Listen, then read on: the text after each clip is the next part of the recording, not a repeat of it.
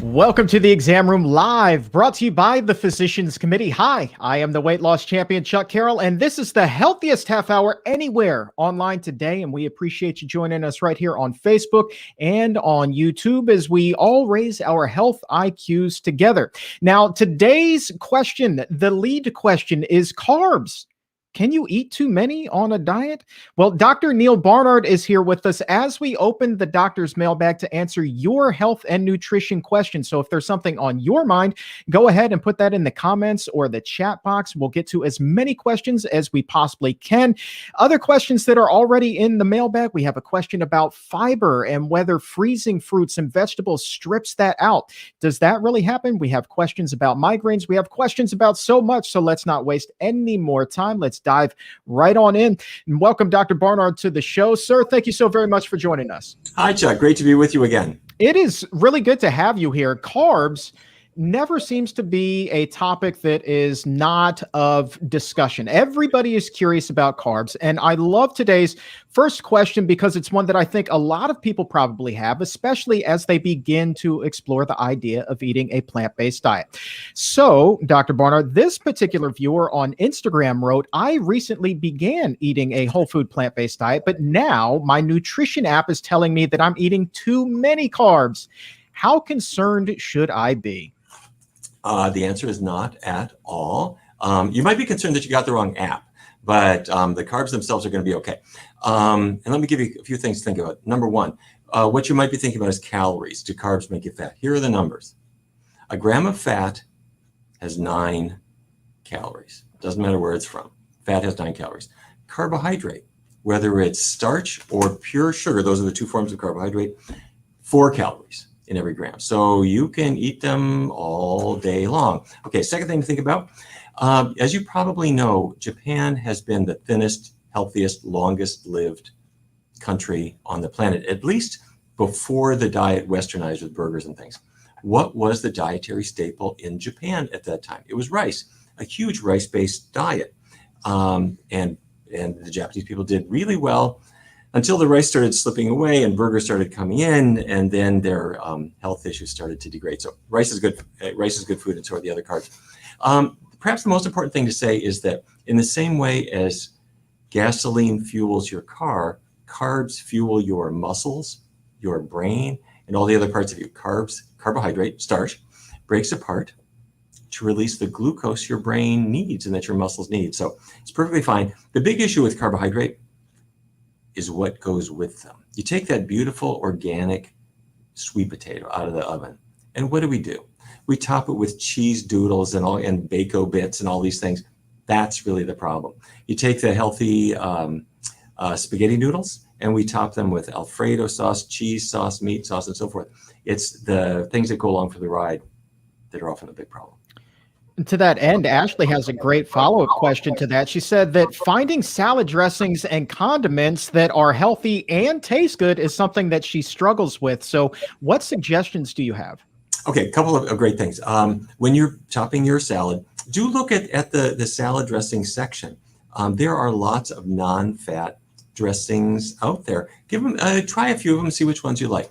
Or you can go even more simple. Have you had rice vinegar? Or organic seasoned rice vinegar? Pick them up. Some of them are they're light, they're really, really delicious. And some people will mix them with a tiny dollop of vegan mayo or something like that, or a touch of Bragg's.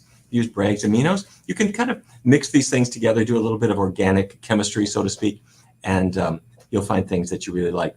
On your potato, frankly, you can have it just plain. Some people have it with a little bit of salsa, a little Dijon mustard, and that way you're getting away from the cheesy, goopy stuff. Here's a question from Joanne, came in at 12:05. She says that she's hit a weight loss plateau and is eating primarily potatoes. Do you have any advice for her? Like I was mentioning earlier, the potato itself, not really very high in calories at all. Potatoes are fine. The issue that many people have with potatoes is how they top them.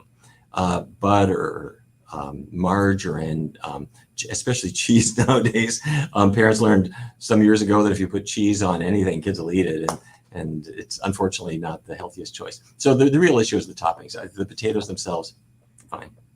Question from Sean, wrote this on Twitter, sent in the question using the hashtag #ExamRoomLive. Wants to know, is fiber destroyed when you freeze fruits and vegetables?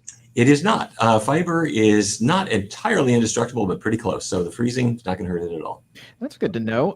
You and I recently had a discussion about migraines. That was a pretty popular episode here. And Vad had a follow-up question to that.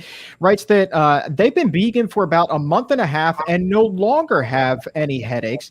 They go on to say that when they ate meat and dairy, they had them all the time.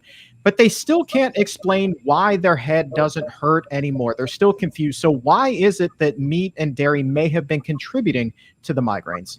It's a very common observation, as we were talking about earlier, Chuck, that when people get away from animal products, very often migraines either just go away or improve a lot. And science is not entirely clear how to explain this, but here's what is almost certainly happening. Within meat products, within egg products, and especially within dairy, there are certain proteins that we're just a little bit sensitive to in the same way as you might react to a bee sting. So your skin swells up, that's inflammation. Your body might become inflamed, so to speak, when you bring these animal proteins into your diet. And one of the reactions some people have is migraine. So you get those products out of the diet, you do better. It's probably removing the animal protein that is doing the benefit for you. And what is striking is that some people will have migraines not just in response to aged cheese or high-fat chicken wings or something like that, but even in response to a totally, say, non-fat milk or non-fat yogurt. Because again, it's those little traces of the animal protein that we believe are doing the harm. But you did the right thing.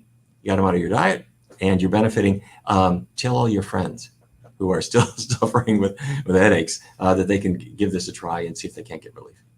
This is a fantastic question from Anna Marie.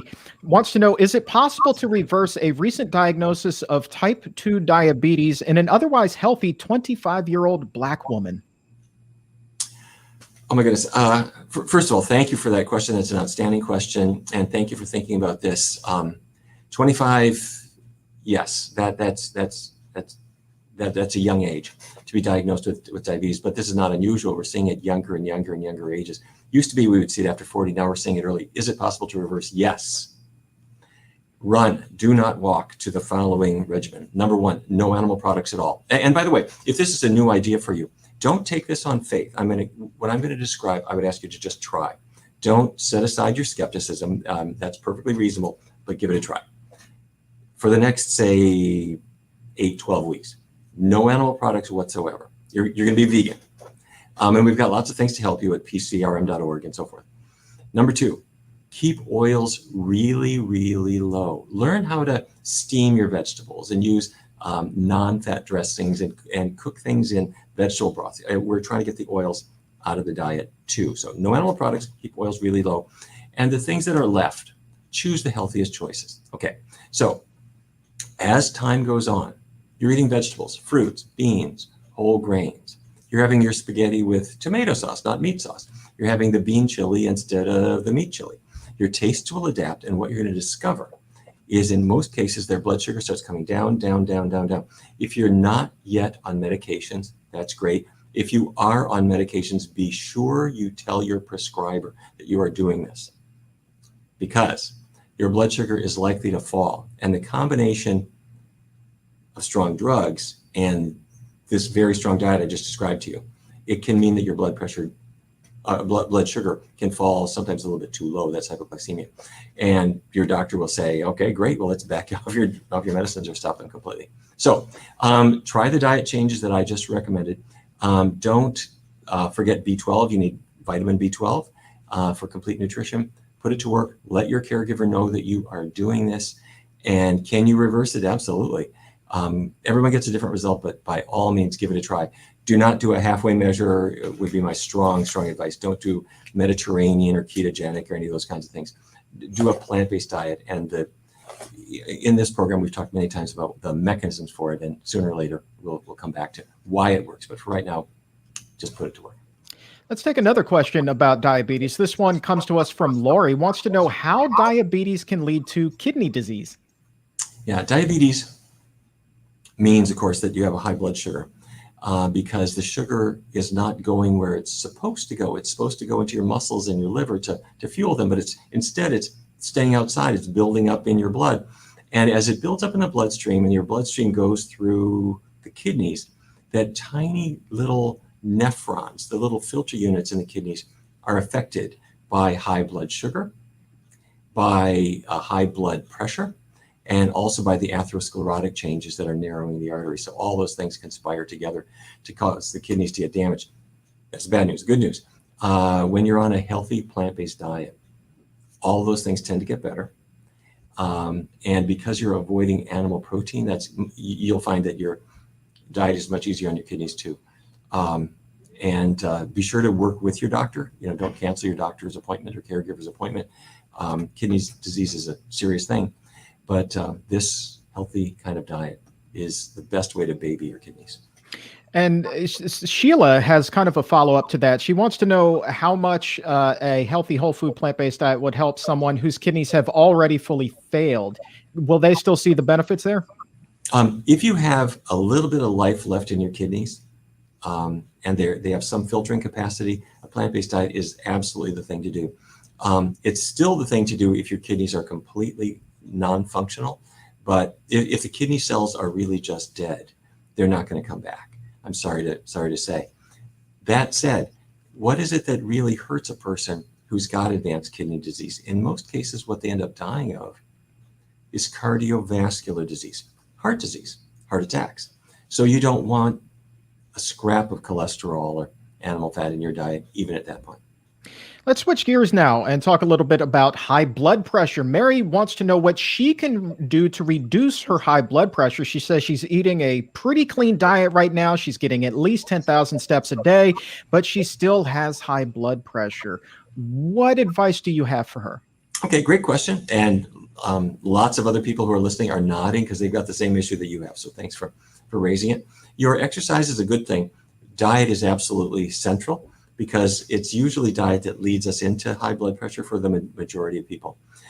Your doctor or caregiver will have said, cut the sodium. Good idea, because that will reduce blood pressure a little bit. But you can go further, and that's tackling something called viscosity. Viscosity is the thickness of your blood. Like if you buy a motor oil for your car, some of them are more watery, some are really thick and flow more slowly. So the viscosity word applies also to your blood.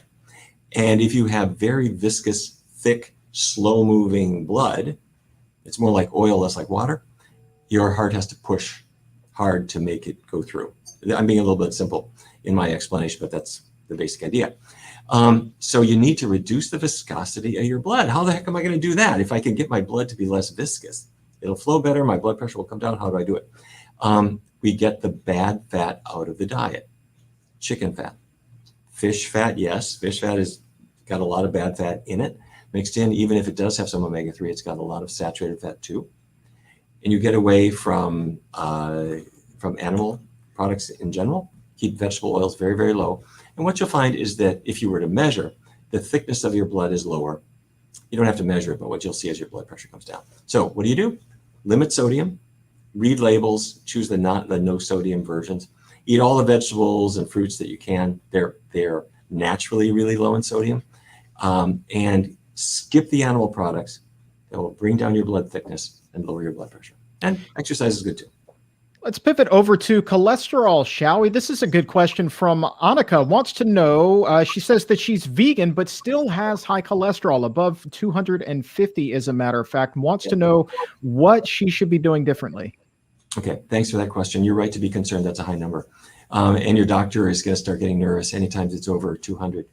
About 1 in 10 people will have a high cholesterol level that's related entirely to genetics, meaning no matter what you do, it just stays high. So is your level due to genes or not? Here's how you tell. For the next 8 weeks, no animal products in your diet. If you have no animal products in your diet, you've got no cholesterol in your diet, and you've got no animal fat in your diet. At the same time, keep oils really low. And the reason for that is that even though oils have less bad fat compared to butter or chicken fat, they still have some, and that will drive your cholesterol up a little bit too. So for the next 8 weeks, no animal products, keep oils super low, and then test your cholesterol. If it's moving, if it's coming down, you got your answer. If it is still in that high range, then it looks like it's probably genetic. And at that point, you're going to want to talk with your doctor about whether a statin is advisable for you or not. Question from Sally, also about cholesterol. Wants to know how she can raise her HDL cholesterol. Should she be taking niacin? No. My advice is not to. And years ago, researchers happened to notice this curious phenomenon that HDL, or high density lipoprotein, was associated with lower risk of heart disease. So what they didn't really realize is that it was sort of a genetic quirk. People who happened to have HDL, high HDL, tended to have lower risk of heart disease, but it wasn't exactly cause and effect. Subsequent studies have shown that if you do things to boost your HDL, take a low HDL, make it high. You can do it with drugs, you can do it with supplements, all this kind of stuff. You know what it does to your heart risk? Nothing. Doesn't help. So the new idea about HDL is we don't really pay as much attention to it as we used to. What you really need to concentrate on is keeping your LDL, low density lipoprotein, low, definitely below 100. That's really the main focus nowadays. We have a lot of follow-up questions from our migraine discussion, not just from last week, but we started it already today a little bit. We'll take one here from Vegan Law. It says, giving up coffee helps my migraines, but I really like it. So will I still experience some benefits if I just cut back a little bit? Double-edged sword, I'm sorry to say. Coffee drinkers do have more headaches than non-coffee drinkers, especially in the morning when you haven't had your cup of joe and you're, in withdrawal. Caffeine is addictive. It's not the worst addiction in the world, but it is physically habituating, and you will go through withdrawal, and coffee drinkers have more headaches. That said, the funny part of it, and we mentioned this last week too, I think, is that if you've got a headache just coming on, I'm talking about like a migraine, the pounding is starting, you run into the kitchen, you brew yourself the strongest cup of coffee you can, have 1 or 2 cups of it. And for many people, it knocks the headache out. And that's because the caffeine itself is a painkiller that happens to be added to a lot of other painkillers. As you'll see, look at the label of over-the-counter pain medicines. There's often caffeine added to potentiate their painkilling effect. So over the long run, coffee is not your friend. It makes you more likely to have headaches, but in a pinch, when one is coming on, you can use the caffeine as effectively a treatment. Yeah, didn't you say on the show that a lot of those, the painkillers, they actually have a little bit of caffeine in them? They do. Many of them. If you look at the painkillers that are often combinations of things, they add a little caffeine to it. And it's not just that the caffeine picks you up, it actually potentiates the pain-killing action of the main drug that's in there. I have to say caffeine is something that a lot of people get habituated to, and its effects are unfortunately a bit mixed. Question from FM wants to know whether carrots can trigger migraines. Not that I've ever seen. Carrots are one of those foods on the list of pain-safe foods. Let me give you this list, by the way. This is golden for you if you've got migraines. Also, if you have digestive problems. If you have rheumatoid arthritis and you're trying to think, what the heck are my triggers? The pain-safe food list includes rice, like white rice is okay, but brown rice even better. It just doesn't trigger these inflammatory conditions. And then vegetables too, green vegetables or orange vegetables like carrots. The best are when they are cooked. And the reason is that can sometimes knock out, it sort of denatures the proteins a little bit. And finally, fruits, but in the cooked form. So apple sauce, not an apple. How do I use this list? Let's say I've got migraines and they are driving me crazy. And I've done everything I possibly can. And you went vegan for 4 weeks and your headaches were not quite gone. Now for the next week, 2, 3, really focus on the pain-safe foods. Have lots of rice. Have lots of vegetables cooked. You can have a lot of them. Beverages, water, that's it. It's a restrictive diet, but you don't have to limit calories, so you're not hungry. You're just a little bored. And then what you'll often find is your migraines are knocked out by this because you're not eating any trigger foods. Now, migraine's gone, or joint pain is better, whatever it is. Now, reintroduce the foods you took out, one at a time, every 2 days. And start at the bottom of my dirty dozen list. Apples, bananas, they're very rare as triggers. So have a lot of apples on Wednesday. And again on Thursday, if that didn't trigger a migraine, it's not a trigger for you. Keep them. Go to bananas. Add a lot of bananas to your diet, like 3, 4 a day for a couple days. If that didn't trigger a migraine, fine, keep them. And then you go to the other foods, add them in one at a time every 2 days, having a generous amount as a test. And if they don't trigger pain, you keep them. And so your diet gets richer and richer and richer.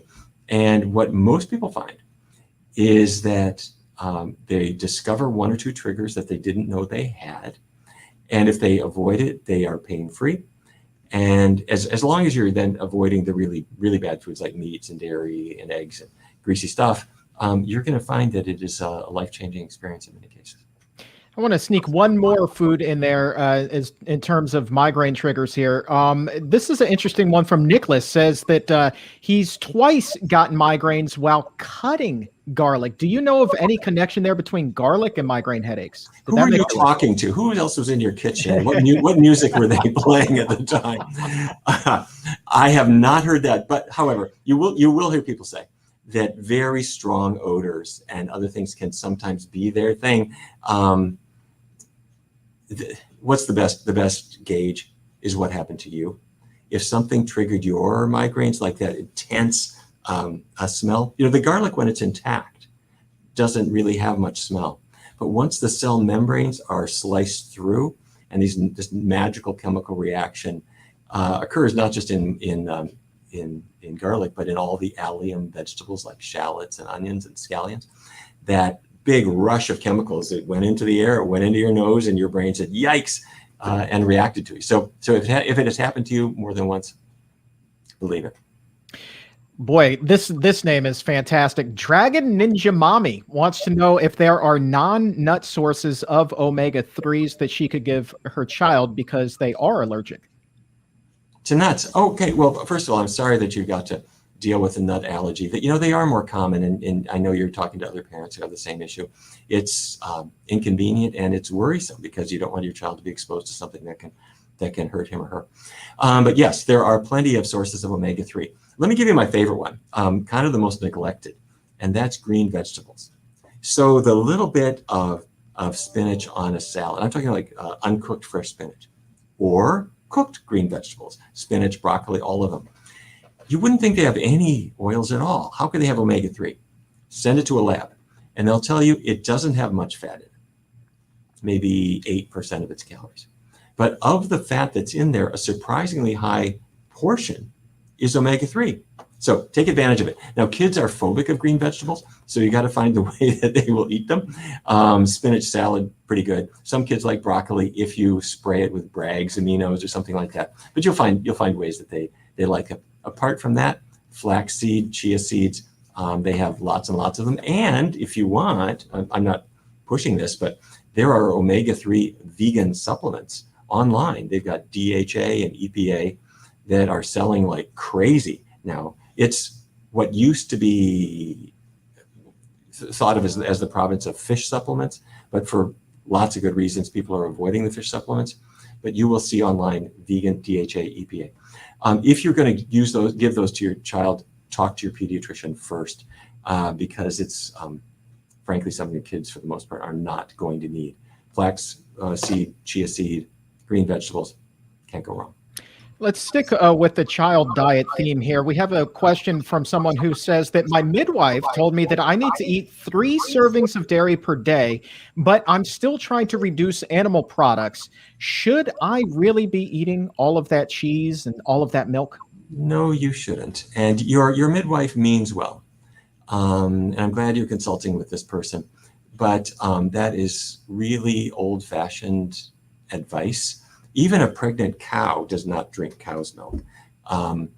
And this whole idea, the idea is that you need protein, you need calcium, cow's milk has both. That's true. But what else does it have? It has estrogens in it. It has all kinds of chemicals in it.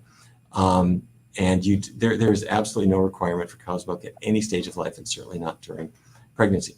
But you do need protein. You're going to get plenty of protein from grains, beans, vegetables. You'll get plenty of calcium from green leafy vegetables, also from beans. Don't forget your vitamin B12. It's important while you're pregnant, important while you're breastfeeding, and important for your child after birth. This question we've gotten a couple of times, but I'm not sure if we've ever really answered it on the show before. It comes to us from Teresa, wrote this at 1219, wants to know whether or not she should be eating potatoes because her cholesterol is getting higher. Is there a connection between potatoes and cholesterol? The connection is Bacon bits. If you're topping it with bacon, yes. If it's the potato itself, potato with Dijon mustard and pepper, no problem. Potato with salsa on top, no problem. There's no cholesterol, there's no animal fat in there. But if you top it with butter, sour cream, little bits of bacon, those kinds of things, that can raise your cholesterol right up. Janelle wants to know, is there a connection between high blood pressure and high cholesterol? Are those two really connected by themselves, or is it all diet related? I think I would say the latter, meaning that one does not cause the other. High blood pressure doesn't cause high cholesterol, but a diet that's rich in animal products tends to drive both. Animal products have cholesterol in them. Cholesterol is a little molecule. It's in the membrane of a muscle cell and all other animal cells. And so if you're eating a steak or a chicken wing, you're eating the animal's muscle cells. Sounds appetizing, doesn't it? Well, you're getting the cholesterol that's built into those cell membranes, and it adds to your own cholesterol. But even worse, the animal fat that you're eating has a lot of what's called saturated fat. That's the more solid fat. That stimulates your body, your liver and other cells, to make additional cholesterol, and that drives it up. And as you're eating that, then your blood is getting more viscous. We were talking about that earlier. And your blood is getting thicker, so your blood pressure tends to go up. And animal products also are pretty high in sodium, especially cheese, but also a number of meat products have sodium. And so all of those conspire to raise cholesterol and raise blood pressure. And when you change your diet, they can all go back down. Let's take another question about kids really quickly. This is from CFY. Wants to know whether you recommend any other specific supplements other than vitamin D, B12, and calcium for children who are eating a plant-based diet. Well, first of all, what a wonderful question. It's the greatest gift you can give to children is to give them a healthy diet, and a plant-based diet is the way to do it. And so the rules are 4 food groups: vegetables, fruits, whole grains, beans, and kids often have simple tastes, so they may not yet be there with asparagus, but they get the green beans and corn. That's fine. They do need B12, and that's really the only supplement that they definitely do need is vitamin B12. But you mentioned a couple of others that are worth thinking about. You mentioned calcium. They don't necessarily need a calcium supplement if they're getting lots of green vegetables, sometimes calcium fortified soy milk or other plant milks. They may not need a calcium supplement, but they can be used. Let your pediatrician know that that's what you're doing. Vitamin D normally comes from the sun on your skin. If you live near the equator or you're outside a lot, you might get adequate vitamin D from that source. Otherwise, then a vitamin D supplement for your child may make sense. Again, talk to your pediatrician. This is a question from Miwa coming in, wants to ask this on behalf of her husband. This is an interesting predicament that he finds himself in. Says that he began eating a whole food plant-based diet, but now needs to gain weight because he's lost so much of it because he works a job that demands so much physically from him. What recommendations might you have to make sure that he keeps his weight up and doesn't get too thin? Well, first of all, he's the envy of everybody else at work. That is great. Congratulations. So he lost all that, whatever excess weight he had. Now he'd like to gain some more. First of all, if he doesn't do anything, if he just sticks with a plant-based diet, he's not going to waste away, because the weight that he lost, it's not like his muscles are smaller or his skin is thinner or his bones are smaller. The only thing he lost was that excess fat layer. And so the fat layer that you have is really dictated by the fat that you eat. So if he eats more fats, he'll put weight back on. If he eats less fats, it'll tend to come off. I would think twice before doing anything at all. And what I would suggest is check his BMI. Go online, plug in BMI calculator, body mass index calculator. You put in his height and his weight. If the number comes up between 18.5 and 25, forget it. You're in a good range. Nowadays, a person who's got a BMI of 21 is going to be thought of, you're skinny. The reason they think you're skinny, you're normal. It's just that everybody else has a BMI of 35, and they're not, I'm exaggerating, but you get the idea that as our society has become heavier, a person who used to be regarded as a healthy weight is now regarded as too thin or whatever. So don't try to gain weight if you're in a healthy range. If your BMI is below 18.5, that's too skinny. And at that point, make sure you're eating. Make sure you're eating adequate amounts. And if you want to bring in occasional nuts and oils to make sure that you've got adequate calories, you can do that. But for most people, that's not really an issue. Judy's hanging out with the exam roomies today, says that since she adopted a whole food plant-based diet, her cholesterol has dropped by 50 points. That is fantastic. 50 points. That's nothing to shake a stick at, Dr. Barnard. Congratulations. That's wonderful. Anna Marie wants to ask how you can increase your ability to become pregnant and even sustain pregnancy with diet and lifestyle. So if you eat a cleaner diet, does that increase your chances of becoming fertile? Yes, in several ways. And at the risk of sounding a little self-promotional, we have discussed this very issue in relation to my book, Your Body in Balance, which has a whole big section on fertility and the things that affect it both for men and women. So if you don't mind, let me encourage you to have a look at Your Body in Balance. And the recipes were done by Lindsay S. Nixon, and they are perfect illustrations of how to do this. But to give you a couple of quick tips here. Number one, if your weight is not in a super healthy range, that affects fertility very, very strongly. And so a plant-based diet, vegan diet, without a lot of oil in it, minimize the oils, tends to help us get back into the body size that is where fertility is more likely.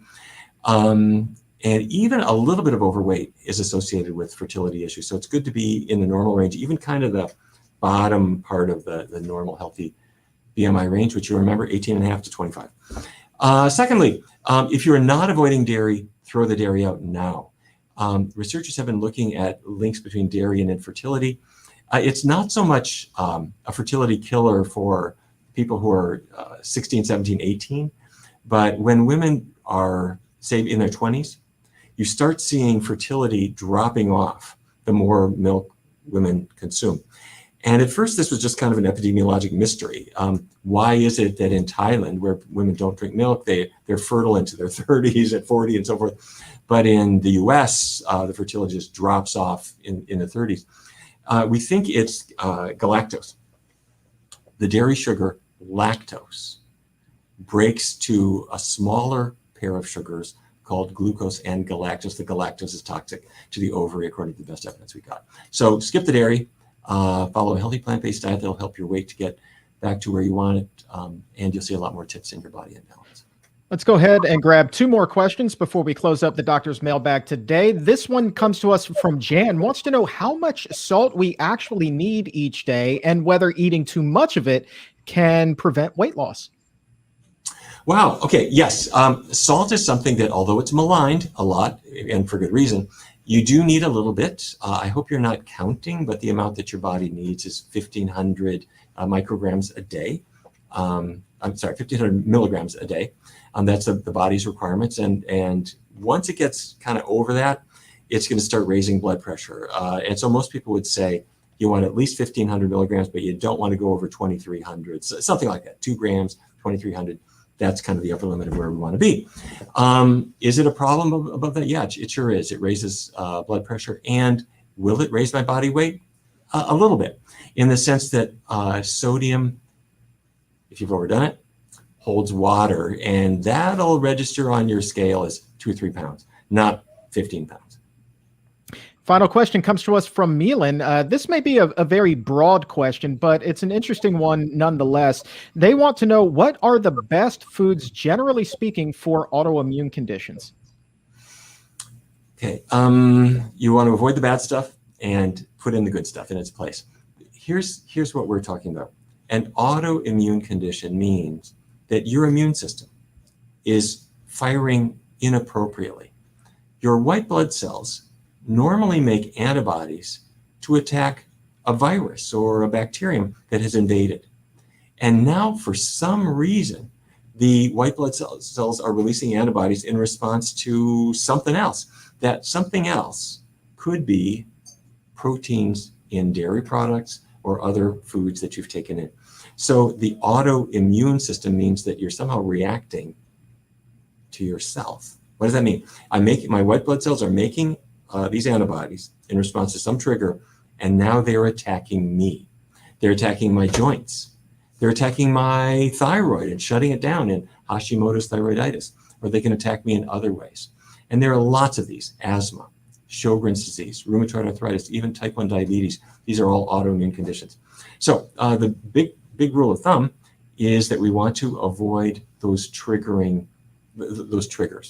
Dairy probably is at the top of the list. Meats, animal products in general, you want to avoid them. For many people, that causes autoimmune conditions to get better. Some people need to go further, and they avoid the trigger foods that I mentioned earlier. You'll see a big description of this in my book, The Cheese Trap, actually.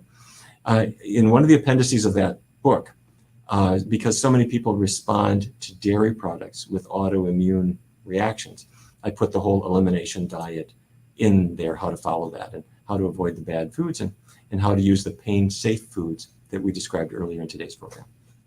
All right. If we didn't get to your question today, have no fear. We will save it and do our best to get you an answer on an upcoming episode. Dr. Barnard, I appreciate you being here to field so many questions for us today. Well, they were great questions. Thank you to all the listeners today, and thank you, Chuck. And thanks to the good folks over at Kinder Beauty, we are able to celebrate Earth Day all week long over on the Exam Room podcast. And on yesterday's episode, I had the opportunity to speak with Dr. Martin Heller, who just completed perhaps the most comprehensive study on food and water scarcity, how much water it actually takes to produce some of your favorite foods. And even those you shy away from, how much water it actually takes to manufacture that. Brand new statistics, the most in-depth study that I'm personally aware of. It is a fantastic listen if you haven't already done so. And then on tomorrow's episode, Dr. Barnard is going to join me on the podcast, and he and I are going to be looking not at water footprints, but carbon footprints. And we're going to be pitting plant-based diets head to head with the standard American diet and see how that stacks up in terms of the climate. And speaking of climate, if you haven't already checked this out yet, earlier this month, the Physicians Committee had the opportunity to put on its first ever climate summit. And so what we did is we brought in 11 leading experts who looked all at the climate and diet and the connection there, did a deep dive on a lot of this. Experts, including Dr. Barnard was there, Dr. Michael Greger was there, so many others were there as well. So if you haven't already had an opportunity to check out the Plant-Based Climate Summit, I highly recommend that you do that. It's on the Physicians Committee's Facebook page and YouTube channel, where you happen to be this very minute. So go and look on April 1st for that particular climate summit. I think that you will find it very enlightening. And if you haven't already subscribed to the Exam Room podcast, go ahead and do that right now on Apple Podcast or wherever shows are available. But for today, my friends, that is all the time that we have. I want to say thank you one more time to Dr. Neal Barnard for being here, and to the crew behind the scenes that makes the magic happen. Thank you, guys. And to you, my exam roomies, thank you so very much for raising your health IQs with us. And now it's time to pay forward what you learned and help educate others. And for everyone here at the Physicians Committee, I am the weight loss champion, Chuck Carroll. We'll talk to you again next time. But until then, stay safe, take a stand, and keep it plant-based.